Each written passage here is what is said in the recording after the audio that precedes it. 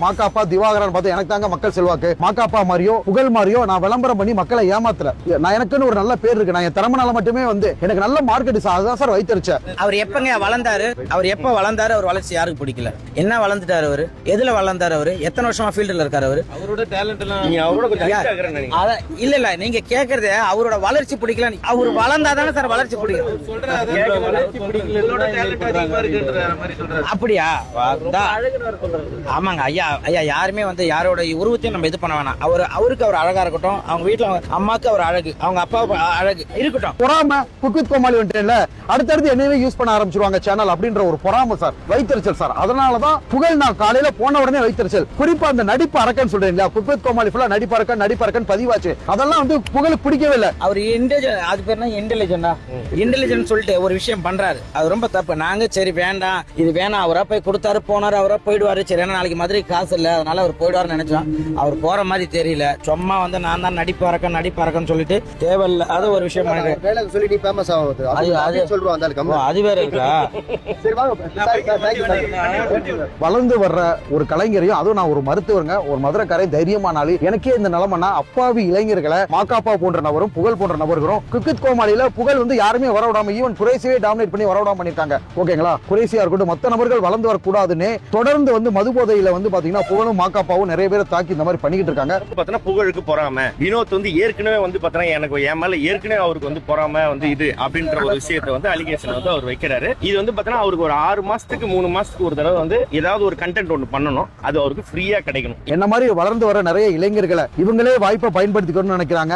Cook with கோமாளிலையும் மக்களை மகிழ்விச்சு நான் பெரிய லெவல் போயிடுவேன், என்னை இந்த வாய்ப்பை விட்டு தள்ளணும்னு பிளான் பண்ணி குக் வித் கோமாளியோட வாய்ப்பு எனக்கு பறி போயிருச்சு. ஏன்னா அவங்க சேனலை பொறுத்த வரைக்கும் அவங்களுக்கு புகழ் வேணும், மாக்காப்பா ஆனது வேணும் அப்படின்ற காரணத்தினால 2-3 பேர் வேணும்ன்றனால என்ன ஒரு ஆளை வந்து எனக்கு வாய்ப்பு வந்து புகழ்னாலையும் மாக்காப்பானாலையும் என்னோட வாய்ப்பு பறிக்கப்பட்டுச்சு. எனவே சில விஷயங்கள் பண்ணாரு. அதுக்கு வந்து பாத்தீங்கன்னா சேனல் வந்து என்ன பண்ணாங்கன்னா, தம்பி நீ வெளில போயிடு அப்படின்னு சொல்லிட்டாங்க. ஷோக்கு வந்தாரு. அங்க வந்த ஹீரோயின் அதுக்கப்புறம் மெயின் கேரக்டர் எல்லாம் வந்து பாத்தீங்கன்னா ரொம்ப ஒரு மாதிரி இழிவா வந்து பாத்தீங்கன்னா முகம் சொல்லிக்கிற மாதிரி ஏதோ ஒன்று பேசிட்டாரு. அப்போ அவங்க போகும்போது வந்து கம்ப்ளைண்ட் பண்ணதுக்கு அப்புறம் ஒரு நாளைக்கு 2 எபிசோட் எடுப்பாங்க. 2 நாள் வந்தாரு, அடுத்த வாரத்துல இருந்து அவர் வரல. அப்பல இருந்து அவர் என்ன நினைச்சிருக்காருன்னா, நான் தான் அவரை வந்து வேலையை விட்டு தூக்கிட்டேன் அப்படின்னு நினைச்சிருக்காரு. ப்ரொடக்ஷன் தப்பு சொல்ல முடியாது, சேனல் வந்து நம்மள நல்லவதையா பயன்படுத்திக்கணும்னு நினைச்சாங்க. ஆனா இவங்க தான் சார் பொறாம. நான் அவரை வெளியில போங்க அப்படின்னு சொன்னது சேனல், ஓகேங்களா? ஏன்னா இவர் தகாத வார்த்தைகள் பேசிருக்காரு, பெண்களை பத்தி வந்து தவறா பேசுறாரு சார். அவர் எங்கேயுமே நடிக்க வாய்ப்பு இல்ல சார், அவர் சும்மா கூட்டு பண்ணிருக்காங்க சார். நான் அப்படி பண்ணிடுறேன் இப்படி பண்ணிடுறேன் மிரட்டி இருக்கா. அப்படி மாக்காப்பா ஒன்றும் பெரிய இதெல்லாம் கிடையாது சார். நான் படிச்சு ஒரு மருத்துவர், நானே வந்திருக்கேன். மாக்காப்பா என்ன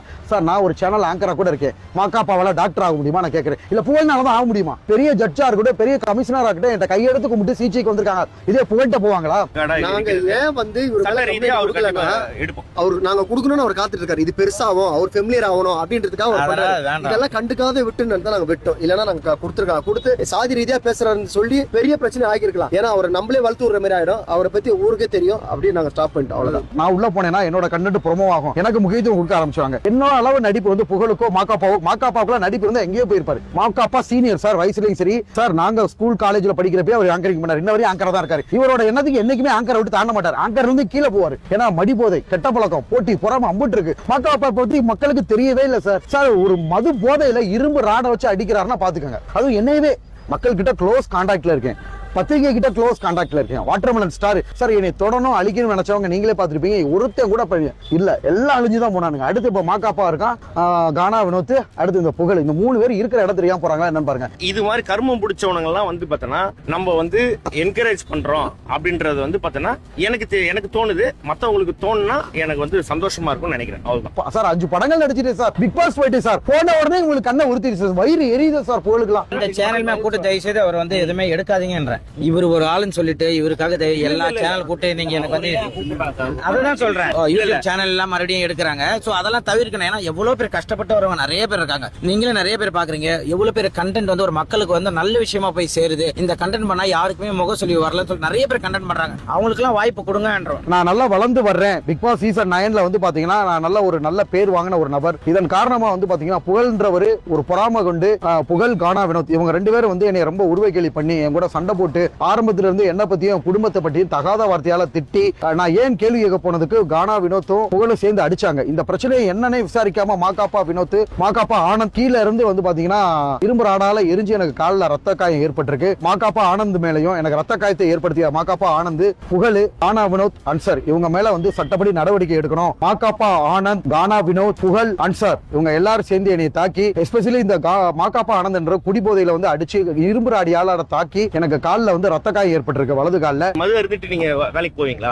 நான் ஒரு நாளைக்கு 18 மணி நேரம் நிப்பேன். மது அருந்திட்டு எப்படி அப்படியே ஃபுல் டே நிப்பாங்களா? அவன் சொல்றான்னா அதை வந்து பார்த்தா நீங்க கேக்குறீங்களே, அதுதான் நான் இப்பதாங்க நான் சொன்னேன். அவனை மதிக்காதீங்கன்னு நான் சொல்றேன். மதியம் 2 மணிக்கு மது போதை. ஓகே, சாப்பிடலாம் மாட்டாங்க யாரும். நம்ம இங்க வந்து ஷூட்டிங் வந்தாலே குடிச்சிட்டு தான் வந்து இருப்போம்.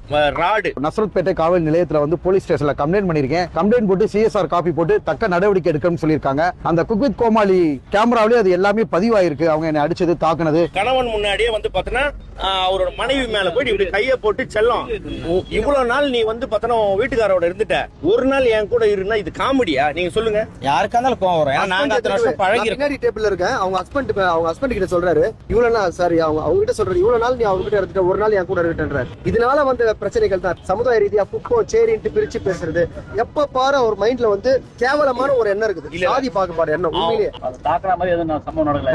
ஒண்ணுமே தாக்கலாம் இல்ல தங்கம். சார், அது வேணான்னு சொல்லிட்டாங்க. அப்ப நாங்க தான் வேணான்னு சொல்லிட்டாங்க. அப்படிலாம் பேசாதீங்க, தரக்குறைவா யாரும் பேசாதீங்க, சாதி ரீதியா பேசாதீங்க, வல்கரா பேசாதீங்கன்னு சொன்னதுக்கு நாங்க அடிச்சுட்டு கம்ப்ளைண்ட் கொடுத்து வந்திருக்கோம். இவங்க மட்டும் மாகாப்பா மட்டும் காவல் நிலையத்தால வரல, நான் கண்டிப்பா கமிஷனர் ஆபீஸ் போவேன். இந்த பிரச்சனையை தமிழ்நாடு மக்கள் மொழி எடுத்துட்டு போவேன். கமிஷனர் ஆபீஸ் போவேன். இவங்கள பாப்பேன், டிசியும் பாப்பேன், டெபுட்டி கமிஷனரையும் பாப்பேன், முடிஞ்சா கமிஷனரை கூட பாப்பேன். இந்த கண்டிப்பா வந்து பாத்தீங்கன்னா காவல் நிலையத்துல மாகாப்பா ஆனந்த் அவர் வந்து பாத்தீங்கன்னா காவல் நிலையத்துக்கு நான் வரமாட்டேன், நான் அவனை வெட்டிடுவேன் குத்திடுவேன் வெளியில பேசிக்கிட்ட மாதிரி எனக்கு காதுக்கு வந்துச்சு. மாகாப்பா வந்து